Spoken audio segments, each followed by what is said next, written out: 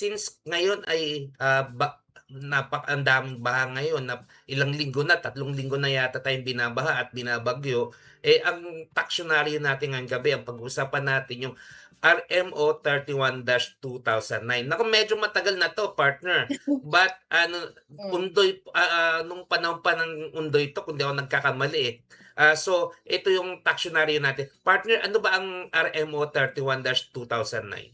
Ayan, ito pong RMO 31-2009, ito nga ay panahon pa ni Ondoy ay eto na 'to, way back 2009. So, ano ba yung mga policies and guidelines for reporting of casualty losses? So, sinasabi dito, the past 3 weeks have witnessed, ito po yung sinasabi about dun sa Ondoy and Pepeng, meron pa 'to yung Habagat, sunod-sunod that time 'to, 2009.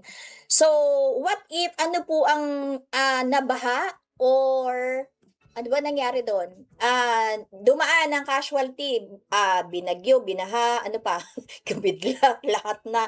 So, in short, nasira ang dokumento natin pagdating po sa BIR. Ano-ano po ba yung mga nasira? Property, real property, personal property, and lalong-lalo na kasama dito, ka-partner Randy, yung, tinatawag nating mga accounting records na mga kailangang-kailangan natin pagdating sa BIR examination. So, to wrap up, may mga policies and guidelines po ang, sinasabi itong RMO 31-2009. So, sinasabi po dito yung, requirements, number one, kailangan po within 45 days, kailangan daw mag-submit tayo ng sworn declaration of loss. Please download RMO 31-2009 and, within 45 days after the date of event. So, naka-state po do'n, ano ba ang kasama do'n sa requirements. Number one, nature of the event that, gave rise to such losses and the time of its occurrence. And then number two, description of location of the damaged properties. Number three is items needed to compute the losses, such as cost or other basis of properties, depreciation allowed, if any, value of the properties before and after the event, and cost of repair. Then, kung halimbawa, meron naman po tayong insurance or compensation received or receivable, kailangan din nating i-disclose dun sa ating sworn declaration of losses. So, what if naman nagkaroon ng nasira or na yung mga dokumento natin, isama natin dun sa declaration, ano ba yung mga nasira? Ako, kapartneran din, sinasabi ko sa nun during Ondoy, even nasa third floor na yung ano namin, yung mga records, hindi nga siya binaha, pero tumulo yung building. So, yung aming mga books of accounts, other accounting records, nabasa. Lumulutang-lutang ang aming books of account. Oh What my.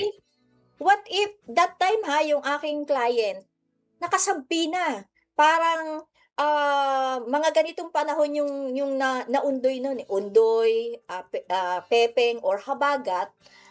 Ang ginawa lang namin, nag-submit kami ng sworn declaration, finalo namin itong, regulation na 'to, yung RMO, 31-2009. So, wala na kaming masa-submit kasi we need to submit all original records, books of accounts, other accounting records, lahat nabasa. So, yun ang mahirap. Ako po, ang advice ko lalo na yung mga under examinations ngayon po ng BIR because naglabas na ng mga replacement letters of authority pertaining to 2024 examinations. Ito po yung ano ko, ito po yung one piece of advice. Kung kayo ay under examination, i-download ho natin yung RMO 31-2009. Malaking tulong po ito sa inyong mga taxpayer. Partner Randy.